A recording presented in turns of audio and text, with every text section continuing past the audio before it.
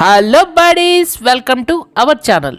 ఈరోజు special recipe Rayalaseema special చింత చిగురు పుల్లగూర. ఈ చింత చిగురు పుల్లగూరలో తోటకూర మామిడికాయ వేయడం వల్ల లొట్టలేసుకొని తింటారు. అంత ఫ్యాంటాస్టిక్గా ఉంటుంది దీని రుచి. ముఖ్యంగా స్పెషల్గా ఈ పుల్లగూర రాగి సంగటిలోకి అయితే అద్భుత. ఇంకా రైస్ ఆర్ ఇడ్లీ దోశకి కూడా బాగుంటుంది ఈ పుల్లగూర. ఇక రెసిపీలోకి వెళ్ళిపోదాం. మొదట స్టవ్ వెలిగించి బాణలు పెట్టుకొని 3 స్పూన్లు ఆయిల్ యాడ్ చేసుకొని 10 పచ్చిమిర్చి తరుగు వేసుకొని అర నిమిషం పాటు వేపుకొని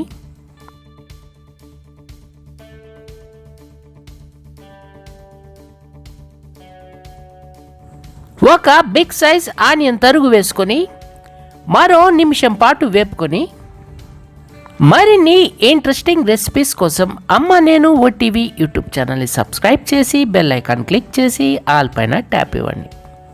తర్వాత 2 మీడియం సైజ్ టొమాటో తరుగు వేసుకుని 2 నిమిషాల పాటు వేపుకొని బాగా కడిగి ఒలుచుకున్న తోటకూర 1 కప్పు వేసుకొని 1 నిమిషం పాటు వేపుకొని అర కప్పు మామిడికాయ తరుగు వేసుకొని అర నిమిషం పాటు వేపుకొని పావు స్పూను పసుపు వేసుకొని మొత్తం ముక్కలకి పట్టేలాగా బాగా ఒకసారి కలుపుకొని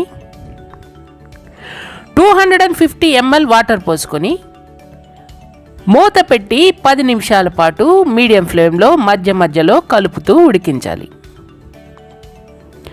10 నిమిషాలు ఉడికిన తర్వాత 1 కప్పు చింత చిగురు ఆకు బాగా కడిగి అందులో వేసుకొని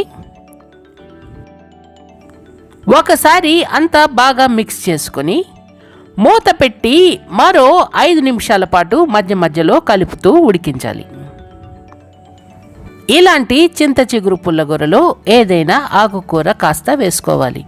తోటకూరైనా చిర్రాకైనా పాలకూరైనా మీ ఇష్టం వచ్చింది ఏదైనా వేసుకోవచ్చు.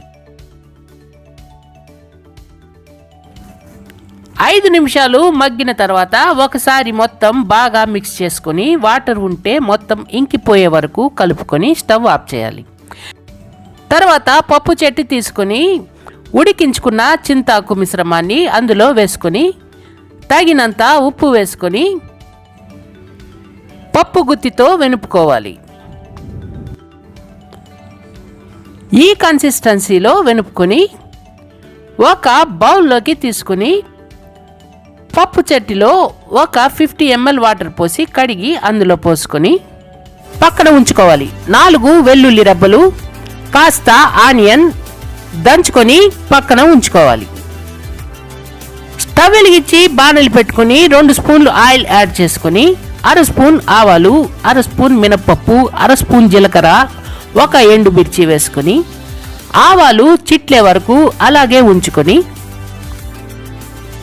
దంచి ఉంచుకున్న వెల్లుల్లి ఆనియన్ తరుగు వేసుకొని 1 రెమ్మ కరివేపాకు వేసుకొని ఆనియన్ బ్రౌన్ కలర్ వచ్చే వరకు లో ఫ్లేమ్లో వేపుకొని చింత చిగురు తోటకూర మామిడికాయ పుల్లగూరలో తాలింపు వేసుకోవాలి. అంతేనండి, రాయలసీమ స్పెషల్ చింత చిగురు పుల్లగూర రెడీ.